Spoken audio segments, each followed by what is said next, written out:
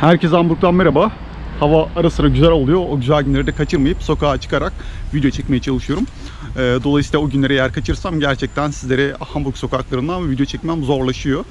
Dolayısıyla önceden her zaman planlı olmaya çalışıyorum. Bugünkü videomda Almanya'daki maaşlardan bahsedeceğim. Bu videoyu tabii ki çekmemdeki en büyük etkenlerden biri baharın yeni işe girmiş olması ve bu konuda sizlerden de birçok soru geliyor olması. Aslında bu videoyu daha önceden de çekebilirdim. Yani Almanya'daki genel olarak maaşlardan bahsettiğim türden bir video çekebilirdim. Ama bunun yerine birazcık bunu tecrübe edinmeyi tercih ettim. Hem baharın işe girmesiyle, iş mülakatları gerçekleşmesi sebebiyle hem de çevremizdeki farklı meslek gruplarından arkadaşlarımızdan ötürü bu konuda açıkçası tecrübe edindik.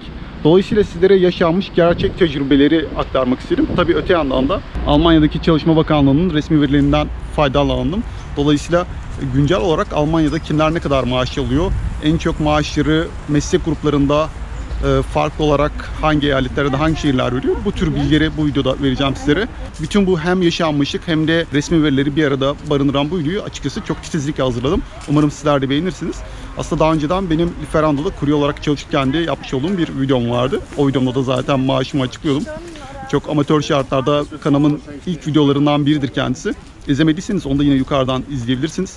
Bu videomda ama tamamen son güncel Almanya'daki maaşları ele alacağız. Hazırsanız videoya başlayalım.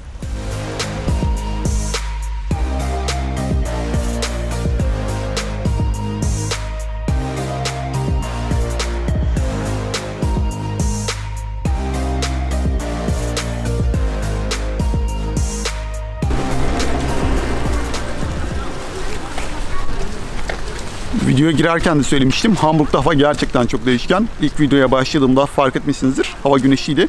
Sonrasında güneş bir anda gitti. Bir süre bekledim güneş gelsin diye. Şu an bir görünüyor, bir gidiyor. O yüzden gerçekten güneşi beklemeden videoya devam etmek durumundayım. Şimdi tabii birazcık şuna da değinmek gerekiyor. Almanya'da maaşlardan bahsediyoruz. Ama bir de şöyle bilmeniz gereken şu ayrıntı var. Almanya'da kesinlikle keskin bir ayrım var. Yani size eğer bir iş görüşmesinde işveren maaş teklif ediyorsa bilin ki bu bir brüt maaştır. Net elinize kalacak maaş değildir. Brüt, Almanların deyimiyle brutto olarak geçiyor tabii. Burada aslında sizden kesilecek vergi de şuna göre belirleniyor.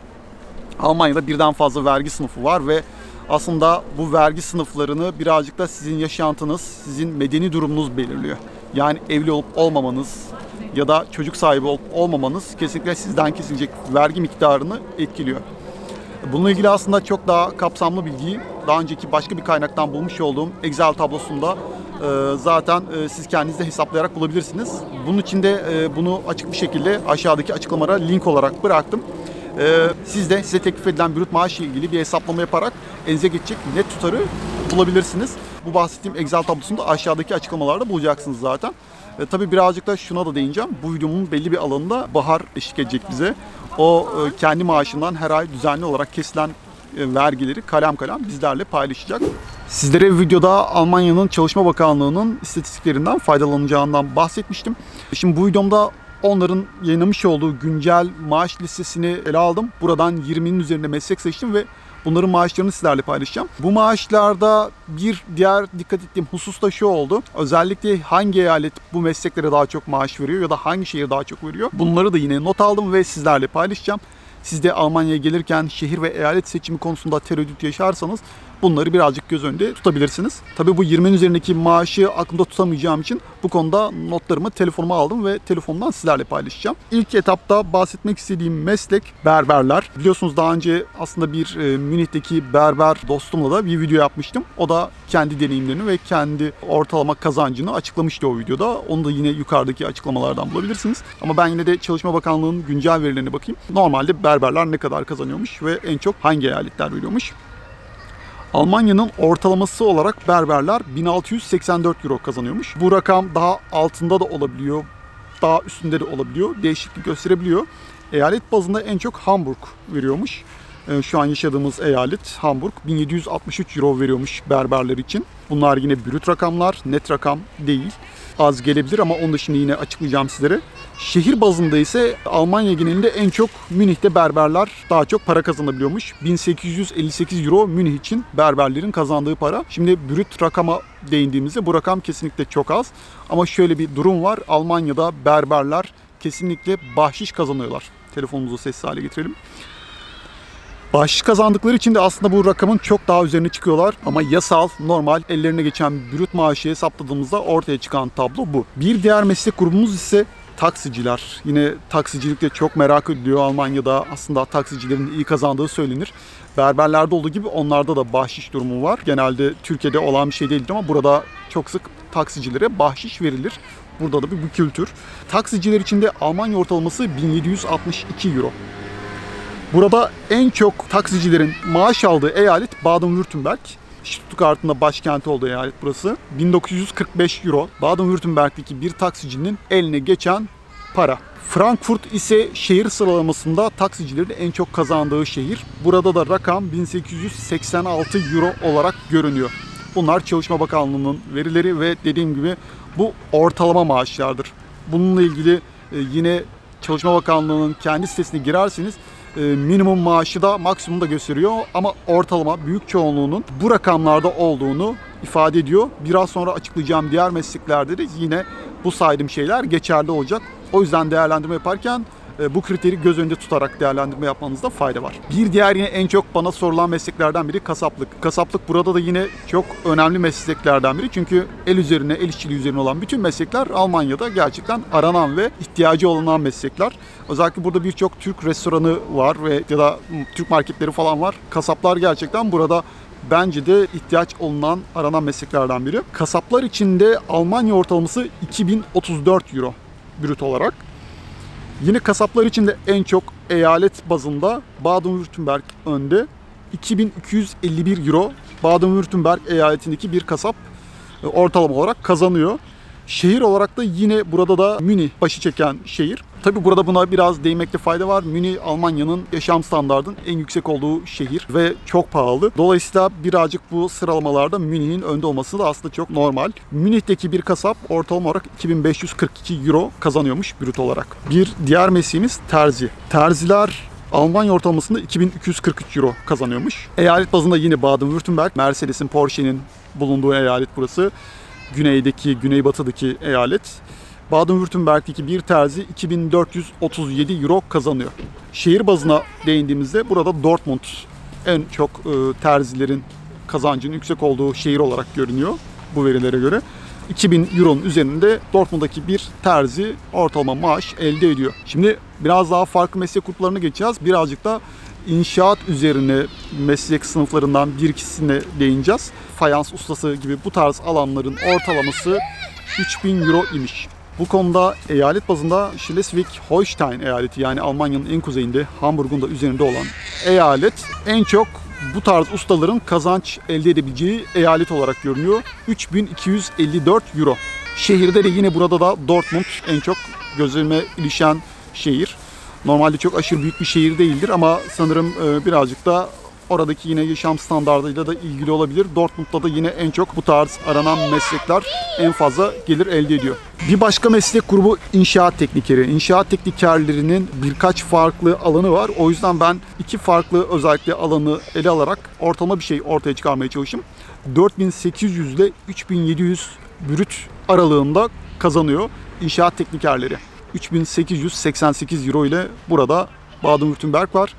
Şehir sıralamasında da Dortmund'la Frankfurt yine burada önde. En çok kazanç ise 3700 ile 5300 euro aralığında değişiyor. Bir başka konu ise inşaat mühendisleri. İnşaat mühendisleri de yine bana en çok soru soran meslek gruplarından biri. Bunun Almanya ortalamasına baktığımızda 4961 euro rakamını karşımıza görüyoruz. Eyalet olarak baktığımızda inşaat mühendisleri için en çok Nordrhein-Westfalen eyaleti 5326 euro ödüyormuş inşaat mühendislerine. Burası da yine Köln, Düsseldorf ve Dortmund gibi şehirlerin bulunduğu Almanya'nın batısında kalan eyalet. Şehirde de yine aynı eyaletten Düsseldorf en çok inşaat mühendislerinin maaş alabileceği şehir olarak görünüyor. 5500 euro olarak buradaki veriler bunu gösteriyor. Bir diğer benzer bir meslek grubu inşaat mühendisleri gibi mimarlar. Mimarlar için Almanya ortalaması 4087 euro brüt olarak görünüyor. En çok maaşı veren eyalet Rheinland-Pfalz eyaleti. Burası da 4539 euro veriyormuş. Şehir sıralamasında da Dortmund yine burada var. Çok garip bir şekilde 4300 euro ortalamasıyla Dortmund mimarlar için en yüksek maaş verilen şehirlerden biri. İnşaatla ilgili meslekleri bırakıp bu sefer medya ile ilgili mesleklere bakmak istiyorum. Çünkü medya ile ilgili de birçok soru geliyor. Özellikle grafikerler ya da gazeteciler gibi. Grafikerlerin Almanya ortalaması 3649 euro olarak görünüyor. Bunu da en çok Bayern eyaleti veriyormuş. Bayern eyaletin sunduğu rakam ise 3391 euro. Şehir olarak da yine Bayern'in başkenti olan Münih şehri 4166 euro grafikerleri ortalama olarak verdiği bir brüt para bu. Gazeteciler için şuna değinmek gerekiyor. Gazeteciler grafikerlerden daha fazla maaş alabiliyor Almanya'da. En azından Çalışma Bakanlığı'nın vermiş olduğu veriler bunu gösteriyor. Bunu işaret ediyor. 4889 euro Almanya'daki gazetecilerin ortalama alabildiği bir para olarak görünüyor. Dediğim gibi bu altında da olabiliyor bu rakamların, üstünde de ben ortalamasını baz alıyorum. Özellikle Çalışma Bakanlığı'nın verileri %50'sinin bu rakamlardan maaşlar aldığını gösteriyor. Ama tabii burada birçok başka faktör de var. Üniversiteyi bitirdiniz, mesleki eğitimi tamamladınız, master mı yaptığınız üzerine bu gibi şeyler de aslında bu maaşı değiştiriyor. Hatta kaç yıl çalıştığınız, ne kadar tecrübeye sahip olduğunuz ya da kaç program bildiğiniz de bu maaşı artıran veya düşüren etkenlerden bazıları. Gazeteciler için en çok Almanya 4889 euro demiştik. En çok da eyalet olarak Hessen veriyor. Frankfurt'un da olduğu Hessen eyaletinde 5633 euro gazeteciler brüt maaş kazanabiliyormuşlar. Şehir olarak da yine Frankfurt burada yine karşımızda. 6000 euronun üzerinde Frankfurt'taki bir gazeteci maaş kazanabiliyor. Kurgu ve montajcılardan bahsetmek gerekiyor. Buna işte video editör ve cutter gibi yan alanları da eklemek mümkün. Almanya ortalaması 4133 euro olarak görünüyor. En çok da burada yine Düsseldorf'un da olduğu Nordrhein-Westfalen eyaleti 4421 euro olarak maaş sunuyor. Şehir olarak da yine aynı eyaletten Köln şehri 4605 euro bu meslek gruplarından maaş ödüyor brüt olarak. Bunlardan vergi kesilecek. Bunu her seferinde açıklamam gerekiyor. Çünkü her seferinde bu soruyla karşı karşıya kalıyorum. Bir başka meslek dalı da yine eğitimle alakalı öğretmenlerden bahsetmek istiyorum. İlk başta ilkokul öğretmenlerinden bahsedebiliriz. İlkokul öğretmenlerinin Almanya'daki almış olduğu maaş ortalama olarak 4318 euroymuş. Bunda da en çok Sachsen-Anhalt eyaleti başı çekiyor. 5321 euroyla. Yine burada da aslında net bir tablo söz konusu olmasa da Çalışma Bakanlığı'nın verilerine göre en çok maaşı Dortmund şehri veriyor gibi görünüyor. Lise öğretmenlerine geçebiliriz. Lise öğretmenlerinde Almanya ortalaması 5488 euro olarak görünüyor. Yine Sachsen-Anhalt eyaleti 5746 euro ile en çok maaş veren eyalet olarak görünüyor lise öğretmenleri için. Leipzig şehri, yani Doğu Almanya'daki şehrimiz Leipzig 5682 euro maaş veriyor lise öğretmenleri için. Bir de tabii en çok sorulan sorulardan biri anaokulu öğretmenlerinden geliyor. Anaokulu öğretmenlerinin ve pedagogların Almanya ortalaması 3400 euro olarak görünüyor. Bu konuda da en çok Rheinland-Pfalz eyaleti 3561 euro sunuyor. Şehir olarak da Frankfurt şehri 3584 euro en çok maaşı veren Almanya'da bu meslek grubuna şehir. Bir başka meslek grubuna geçebiliriz. Bu sefer birazcık da artık tıpla ilgili mesleklere değinebiliriz. Çünkü o alanda da bayağı soru geliyor. Bildiğiniz üzere Almanya'da özellikle sağlık alanında hemşirelik gibi, hasta bakım gibi birçok alanda açık var. Burada aslında birazcık da sorun bu tarz meslek gruplarının çok çalışıyor olmalarına rağmen maaşlarının çok düşük olması. Açıkçası ben de bu verileri inceledikten sonra bayağı şaşırdım. Çünkü bu meslek gruplarından bazıları gerçekten çok düşük maaşlara çalışıyormuş. Bugüne kadar bu kadar düşük olacaklarını tahmin etmiyordum. Bu da gerçekten şaşırtan bir nokta ama bununla ilgili tabii çalışmalar da sürüyor. Bunun iyileştirilmesi konusunda da adımlar atacak. En azından yansıyan haberlerde bunun sinyali var. Bunu baştan belirtebilirim. İlk başta hemşirelerden bahsedeceğim. Hemşireler Almanya'da ortalama olarak 3547 euro kazanıyormuşlar. Burada da Saarland eyaleti 3818 euro veriyormuş. Saarland ufak bir eyalet. Fransa, İsviçre sınırında köşede, güneybatıda bir eyalet. Şehir olarak da hemşireler için en yüksek maaşı veren şehir Münih'miş. Münih'in sunmuş olduğu maaş 3914 euro. Yoğun bakım ve anestezi ve hasta bakıcısı gibi bu tarz alanlar içinde Almanya ortalaması 3978 euro, yani neredeyse 4000 euro brüt maaş var. En çok da eyalet olarak Baden-Württemberg eyaleti 4330 euro veriyor. Şehir sıralamasında burada da yine Münih, yani anladığım kadarıyla sağlık alanında birazcık Münih'teki maaşlar daha yüksek gibi duruyor. bu listeden anladığımız üzere. Münih şehri 4147 euro veriyormuş bu meslek gruplarına ortalama olarak. Yaşlı bakıcıları var. Bu yaşlı bakıcılarının da ortalama Almanya maaşı 3032 euro olarak geçiyor. Yine Baden-Württemberg eyalet bazında burada en çok maaş veren eyalet 3326 euro. Şehir olarak yine Münih burada birinci sırada 3488 euro. Ama altını çiziyorum. Gerek Baden-Württemberg gerekse Bayern eyaleti, yani Münih'in bağlı olduğu eyaletler Almanya'daki yaşam standardının en pahalı olduğu eyaletler aslında. Birazcık da burada bu maaşların yüksek olmasının sebebi bu aslında. Birazcık doktorlara değinmek gerekiyor. Çok farklı branşlardan, doktorlardan mesajlar geliyor. Almanya ortalamasında 6150 euro doktorların kazancı var. Burada da eyalet bazında yine North Rhine-Westfalen eyaleti ortaya çıkıyor. 6452 euro doktorlara ortalama olarak vermiş oldukları brüt maaş. Şehir olarak da Baden-Württemberg'in en büyük şehri diyebileceğimiz Stuttgart ortada. Stuttgart için de 6562 euro maaşını görüyoruz doktorlar için. Şimdi birazcık da mühendislere değinmek gerekiyor. Burada tabii farklı mühendislik dalları var. Her biri için kualifikasyonlara göre maaşlar değişiyor aslında. Ben bir iki tanesini aldım tabii. Bunlardan biri mesela makine mühendisleri. Almanya ortalaması için makine mühendislerinin 6150 euro.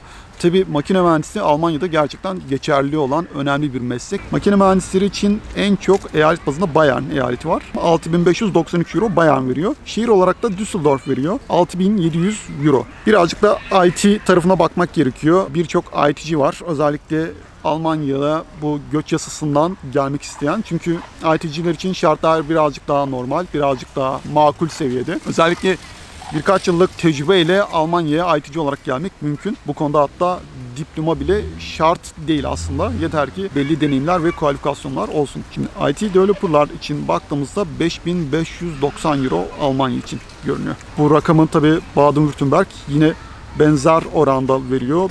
Daha doğrusu biraz üzerinde veriyor. 5982 euro veriyor Baden-Württemberg. En çok IT developerların maaş elde edebileceği eyalet. Şehir olarak da yine burada Münih karşımızda. 6172 euro Münih'te bu meslek grubunun alabileceği en yüksek maaş. Bir diğer yan alan ise IT proje koordinatörleri. Almanya ortalaması yine aynı sayılabilir. 5593 euro. Eyalet olarak yine Baden-Württemberg ve rakam yine aynı. 5982 euro. Şehir olarak yine Münih ortada ve maaş durumu yine aynı görünüyor ortalama olarak 6172 euro. Şimdi bu saydıklarım bana en çok sorulan mesleklerdi ve sizlere 20'nin üzerinde meslek grubunun Almanya'da hangi şehir ve hangi eyalette en çok para kazanabilme ihtimallerini ifade etmeye çalıştım. Daha doğrusu ifade etmek değil. Bunlar zaten devletin kendi yayınlamış olduğu istatistikler ve verilerdi. Tabii şimdi Bahar'dan bahsediyoruz. Bahar ve onun gibi aynı alanda çalışanların kazanmış olduğu maaş ne kadar oluyor? Ve ne kadar vergi kesiliyor? Hangi kalemler var vergilerde? Bunlara değineceğiz. Ama bunlar için Bahar'ın yardımına ihtiyacım var. İsterseniz eve geçelim. Bu konuda Bahar bize kendi tecrübelerini ve kendi durumunu izah etsin.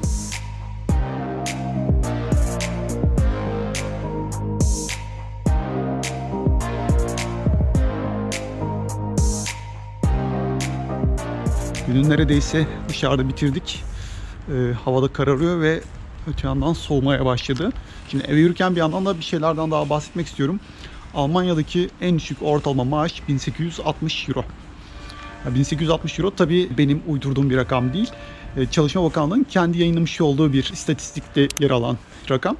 Dolayısıyla bu rakam tabii ki herkes için standart değil. Yani aslında kimisi var belki 4000 euro kazanıyor ama işte 1860 euronun altında da kazanan insan var. Yani aslında demek istediğim burada çok az kazanan insanlar da var. Tamamen sizin kualifikasyonlarınıza göre ya da ne denir bir meslek sahibi olmanız ya da olmamanız da bu durumu aslında değiştiriyor. Tabii bunun dışında şöyle bir şey de var. Almanya'da birçok kişi sosyal yardımlardan faydalanıyor. Örneğin çocuk parası ya da kira yardımı ya da işsizlik parası gibi birçok sosyal yardımdan da insanlar faydalanıyor. Bu bilgileri de vermeden videonun geri kalan kısmına geçmek istemedim. Şimdi hızlı bir şekilde eve geçelim. Bir de bakalım Bahar bize neler anlatacak. Evet, şimdi eve geldik. Şimdi balkonumuzdayız. Daha doğrusu balkonumuz yok, bizim bahçemiz var. Bahçemizdeyiz. Dışarıda sizlere zaten diğer mesleklerin ne kadar maaş aldığından bahsettim. Şimdi Bahar'ın yaptığı işi birazcık dinleyeceğiz ve ne kadar maaş aldığını bize anlatacak. Ayrıca maaşlardan ne kadar kesintiler oluyor ve bunlar hangileri? Bahar bize bunları kendi deneyimlediği kadarıyla zaten aktaracak. Anlatayım tabii ki. Ben şu anda IT alanında proje ve portfolyo koordinatörü olarak çalışıyorum. Hamburg'da çalışıyorum. Sen zaten muhtemelen bahsetmişsindir maaşların eyalet bazında değiştiğinden. Öyle düşünüyorum. Benim alanımda en çok iş imkanı Münih'te, Hamburg'da, Berlin'de, böyle büyük şehirlerde var açıkçası. Ve en çok maaş veren yerlerden biri de Münih diyebiliyorum ben, özellikle IT alanında. Yani burada aldığınız maaş aslında birazcık lisans mezunu musunuz, yüksek lisans mezunu musunuz, doktora mı yaptınız, ne kadar tecrübeniz var, bunlara göre değişiyor. Benim Türkiye'de 2,5 yıllık tecrübem var ve burada master mezunu oldum. Bu tabii ki maaşıma bir tık daha faydası oluyor. Benim gibi bu alanda çalışmak isteyenlerin maaşı genelde brüt olarak bahsedeceğim çünkü net çok değişiyor kişiye göre.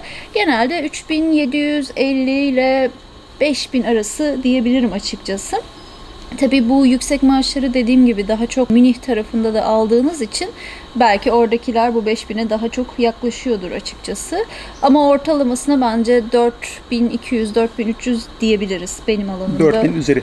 Çalışan insanların. Tabii sen muhtemelen verilere de bakmışsındır. Galiba baktığımız verilerde yanlış hatırlamıyorsam 4.300 ile 6.000 arası falan diyordu. Ama ben kendim gibi başlangıç olan çevremde çalışan arkadaşlarımın da maaşını az çok konuştuğumuz için, bildiğimiz için onları baz alarak söylüyorum. Bu 6.000-6.500 tabii birazcık daha tecrübenin artması vesaire bu tarz şeylere de bağlı. IT'nin de hangi alanında çalıştığına da bağlı biraz. Tabii kesinlikle. Zaten ben diğer IT ile ilgili bir iki örneği verdim zaten ama tabii değişiyor. Tabii yani proje yöneticisi daha farklı çalışıyor tabii. Böyle aslında maaşlar, yani benim maaşım da bu aralıkta, bunu söyleyebilirim. Bunun dışında tabii bir de şu vergi meselesi var senin dediğin gibi. Hatta ben telefonumdan maaş bodrumu çıkartayım. Tek maaş söyleyeyim. Telefon olarak çıktı. Yani burada var PDF olarak. Dolayısıyla buradan söyleyebilirim. Şu bilgiyi de vereyim. Almanya'da bu arada vergiler kesiliyor ve herkes brüt maaş konuşuyor ama Türkiye'de biz hep net maaş konuşuyoruz ve kimse sanki maaşından bir vergi kesilmiyormuş gibi davranıyor. Eline geçen para üzerinden konuşuluyor Türkiye'de ama yani, bir o kadar da neredeyse gidiyor zaten. Ben Türkiye'deki durumumu söyleyeyim. Benim Türkiye'deki brüt maaşım mesela 4.800 liraydı ama elime geçen para 3.000 liraydı. Yani maaşımdan 1.800 lira kesiliyordu. Baktığında bu neredeyse %35'e tekabül ediyor aslında ve bu herkesten kesiliyor. Almanya'nın güzelliği insanların gelirine göre ve evli, bekar vesaire olmasına göre kesilmesi. Ben bu noktada biraz şuna değinmek istiyorum. Daha önceki başka videolarımda da bahsetmiştim ama bugünkü videomda bahsetmedim. Niye bu evli ve bekarlardan farklı vergi oranları kesiliyor? Çünkü Almanya birazcık açıkçası evlileri destekliyor. Onlara teşvik etmeye çalışıyor ki en azından çocuk sahibi çiftler çok da zorluk yaşamasınlar yaşarken. O konuda biraz öyle bir toleransları var. Evet. Bunun altını çizelim. Tabii bulunduğumuz vergi sınıfı da önemli vergi oranlarında. Bunu zaten başka videomda anlatmıştım, koyarsan. Tabii onun şuraya bir yere. Yukarıda videosunu bulacaksınız zaten. Ben de tabii şimdi tekrar ne vergileri kesiliyor onlardan bahsedeyim. Burada mesela benim maaş bodruma baktığımda 6 tane vergi görüyorum ben. Bunlar Lohnsteuer gelir vergisi olarak geçiyor. Bu vergi sizin maaşınızdan kesiliyor ama yıl sonunda siz bir vergi bildirimi yapıyorsunuz. Türkiye'de de eskiden yapılıyordu. Eskiden olan bir şeydi Türkiye'de de. Evet, fiş doldururdum ben çocukluğumda babam için. Ben de doldurdum. Yani onun uzun detayları var. O vergi geri iadesi de size yine gelirinize göre yapılıyor. Az kazandıysanız daha çok vergi iadesi alıyorsunuz. Bu maaşınızdan kesilen paradan bahsediyorum. Çok kazandıysanız daha çok para kesiliyor. Özetle bu aslında. Bunun bir oranı var mı peki? Var ama yani maaşına göre değişiyor mu bilmediğim için oran söylemeden ben sadece vergi çeşitlerini söylemek istiyorum açıkçası. Aynen, yanlış bilgi vermek istemeyeyim. Bir de Solidaritätes Zuschlag diye bir vergi var. Bu da yine her kesim maaşından böyle 12 euro ile 20 euro arası kesilen bir miktar. Bu da tamamen Avrupa Birliği'ndeki fakir ülkelere katkıda bulunmak için verilen vergi yani. Şu anda bizim verdiğimiz vergiler Avrupa ülkelerinin tamamına gidiyor aslında düşündüğünüzde. Az para da değil yani. Kişi başı 12-13 euro, yani 20 euro. Tabii ortalama 15 euro bayağı iyi para açıkçası. Ve herkesten kesiliyor. Herkesten kesiliyor aynen. Krankenversicherung diye bir şey var. Bu bildiğiniz sigortanız. Sigorta içinde benden kesilen para 300 euro civarında. Öğrenciyken 110 euroyu ödüyorduk kendimiz ama şimdi artık maaştan gidiyor. Türkiye'de de öyleydi. SSK parası kesilirdi maaşından. Evet. Rentenversicherung var. Bu da yine emeklilik. Emeklilik. Paranız. Emekliye ne kadar katkı ettiğiniz bir miktar. Bu da genelde %10 civarında falan kesiliyor diye düşünüyorum açıkçası. Emin değilim. Bunun dışında Arbeitslosenversicherung var. Bu da yine işsizlik parası aslında. Almanya'da işsiz kaldığınızda iş bulana kadar ki geçen sürede işsizlik parası alabiliyorsunuz. Tabii bunun belli kriterleri Aslında var. zaten siz maaşınızdan her ay kesinti olarak bunu bırakıyorsunuz. Yarın öbür gün ilerisi için aslında teminat oluyor bir Evet, anlamda devlet Türkiye'de de adına. yine bu var galiba. Öyle Sanırım biliyorum var. yanlış bilmiyorsam. Vergi kesmek konusunda Avrupa standartlarını çok iyi sağlıyoruz maşallah. Bir de son vergi kalemi de yine maaşımda Pflegeversicherung diye geçiyor. Bu Pflegeversicherung da bakım sigortası aslında, bakım vergisi diye düşünebilirsiniz. Yani burada Allah korusun bakıma muhtaç olduğunuzda, hasta olduğunuzda. Özellikle yaşlı birazcık daha. Yaşlılar için ama hasta olan birine Hasta olan de birine yani hasta belli karşılığı, kriterleri evet. vardır tabii. Öyle, bilmiyorum onu açıkçası. Size gelip evde bakım yapıyorlar kısacası. Yani gelip gidiyorlar işte bakımınızı sağlıyorlar. Bilmiyorum yemek getiriyorlar mı? Ne yapıyorlar? Hiçbir fikrim Detayını yok evet ama öğrenmek gerekiyor belki de. para kesiliyor yani. Ama günün sonunda burada tek başına yaşayan çok Alman var mesela. Kimse kardeşini, işte kızını, oğlunu çağırmıyor kendine baksın diye. Devletin böyle bir hizmeti var. Zaten bu Pflegehelfer dedikleri en çok işçi Hasta ve açığının yaşlı bakımlı meslekleri, olduğu evet. mesleklerden biri de bu sebepten dolayı aslında. Herkesin bakıma ihtiyaç duyduğu için. Böyle yani maaşımdan bunlar kesiliyor. Bu arada şeyden de bahsetmek gerekiyor. Ben zaten açıklamaya link bırakacağım söylemiştim. Glassdoor'un linkini de bırakacağım. Glassdoor'u sen istersen açıklayabilirsin. Daha önceki videolarımda yine anlatmıştım ben tabii. Evet, yani Glassdoor aslında sizin herhangi bir ülkede, herhangi bir şehirde kendi alanınızdaki işten ne kadar maaş kazanabileceğinizi gösteren bir site. Ve bu siteye dediğim gibi şehri seçiyorsunuz, mesleğinizi yazıyorsunuz ve size listeliyor. Şu alanda ortalama şu kadar maaş veriyor. Bunu firma bazında yapıyor bu arada. Bu da çok güzel bir şey. Yani Çok iyi. dolayısıyla size bir firma iş teklifinde para sunduğunda şeyi kıyaslayabilirsiniz. Acaba bana düşük mü verdiler, yüksek mi verdiler? Şey gibi düşünebiliriz. Mesela Berlin'de iş arıyorum Siemens firmasında. IT'ci olarak acaba Siemens ne kadar veriyor Berlin'de? tabii, O diyor aynen. ki sana işte sallıyorum Çok tamam. spesifik bilgi 5500 ile verebilirsin, 6000 arasında bulabilirsin. aralık veriyor mesela Aynen. gibi bir seçenek sunuyor. Bu da işte devletin az önce bahsetmiş olduğum bu Çalışma Bakanlığı'nın sitesi gibi başka faydalanabileceğiniz bir kaynak aynı şekilde. Aynen öyle. Bu kesinlikle güzel bir kaynak. Ben onu çok kullanmıştım. İş arama sırasında da merak ettiğim işlere, alanlara bakmak için. Tamamdır. Bahar teşekkürler bu konuda bana katkıda bulunduğun için. Videomuz bu kadardı. Bunun dışında daha fazla meslekler de var. Dediğim gibi aşağıdaki linklerden kendiniz de kontrol edebilirsiniz. Buna benzer yine Almanya'daki çalışma hayatı ve sosyal yaşam üzerine her hafta düzenli olarak videolar çekmeye devam edeceğim. Her pazar Türkiye saatiyle saat 10'da kanalımda yeni video bulacaksınız. Eğer ilk izliyorsanız abone ol tuşunun yanındaki zil ikonuna da basarsanız size bildirim de gelecek. Bunun dışında sormak istedikleriniz varsa yine aşağı yorumlara bırakabilirsiniz. Bir sonraki videoda görüşmek üzere. Hoşçakalın. Hoşçakalın.